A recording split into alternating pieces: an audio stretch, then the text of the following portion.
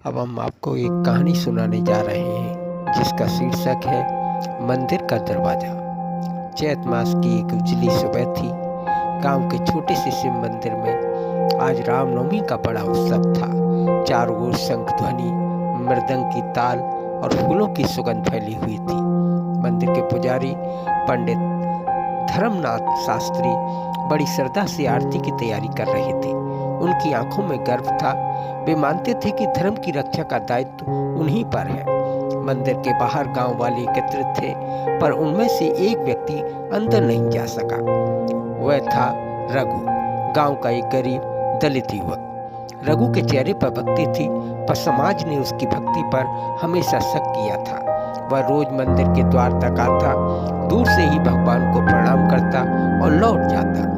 उसके पैरों की धूल मंदिर की देरी से आगे नहीं बढ़ पाती थी। उस दिन भी वह धीरे धीरे मंदिर के पास पहुंचा। हाथ में फूलों की एक मुरझाई माला थी, जिसे उसने खुद खेत के किनारे से तोड़ा था। उसकी आंखों में आशा थी, शायद आज पंडित जी मुझे अंदर जाने दें। लेकिन तभी मंदिर के भीतर से पंडित धर्मनाथ की ऊंची आवाज गूंजी, रघु रुको वहीं, मंदिर की चौखट से आगे मत आना। तुम जानते हो धर्म की मर्यादा क्या है कहती है। रघु ठिठक कर रह गया। उसके चेहरे पर हल्की मुस्कान आई, लेकिन आंखें नम थी। वह धीमे स्वर में बोला, पंडित जी, मैं तो बस भगवान का नाम लेने आया हूँ। कहते हैं राम सबके हैं, तो क्या मेरे नहीं? धर्मनाथ के भीतर कुछ कांपा, मगर उन्होंने अपने स्वर को कठोर बनाए रखा। धर्म का नियम सब पर समान है रघु।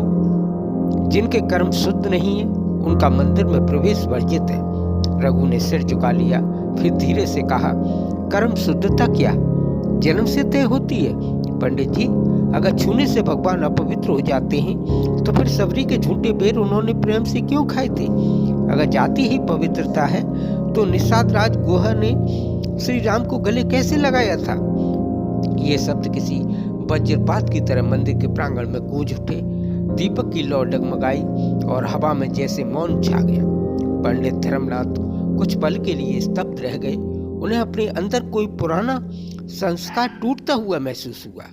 तभी मंदिर में घनघनाती घंटियों के बीच एक मधुर स्वर गूंजा, धर्म वही है जो सबको जोड़ दे, जो तोड़े वह अधर्म है। जिसका मन पवित्र है वही मेरा भक्त है। जाति नहीं, भावना ही मेरी पूजा है।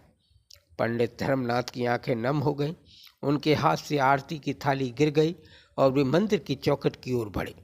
रघु अब भी वहीं बैठा था, सिर झुकाए, दोनों हाथों में फूल लिए।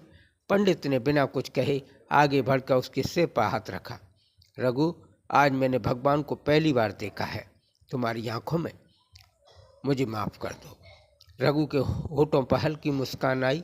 अब मंदिर का दरवाजा सचमुच खुल गया। पंडित जी, उसने धीमे स्वर में कहा, अब भगवान अंदर हैं हमारे बीच। दीपक की लौ फिर से स्थिर हो गई, घंटियां फिर से बज उठी और हवा में भक्ति और प्रेम की सुगंध फैल गई। हम कहना ये चाहते हैं कि धर्म का अर्थ पूजा नहीं, पवित्रता है।